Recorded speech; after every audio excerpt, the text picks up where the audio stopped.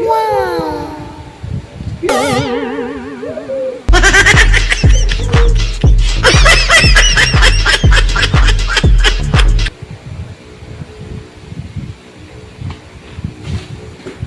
Yuhu!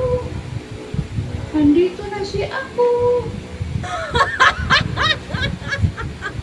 Oy, ang laki ng tawa mo. Akala mo yata sa iyo to lahat.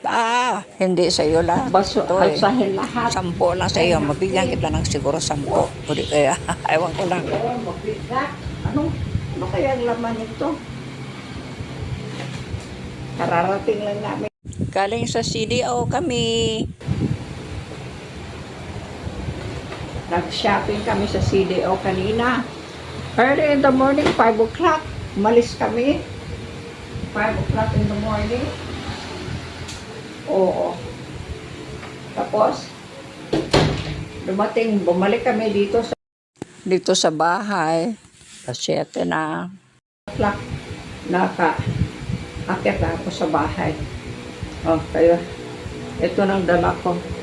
Saka, may bumili ako ng panibagong coffee maker kasi Yung luma kong coffee maker ba, galing pa yun sa Germany. Parang gusto na yatang mag-retire, kaya pinalitan ko na lang ng panibago para makarelax din siya. Ay, on the way home, nahirapan kami kasi madilim at saka umulan. Nako, kaya medyo nahirapan si John.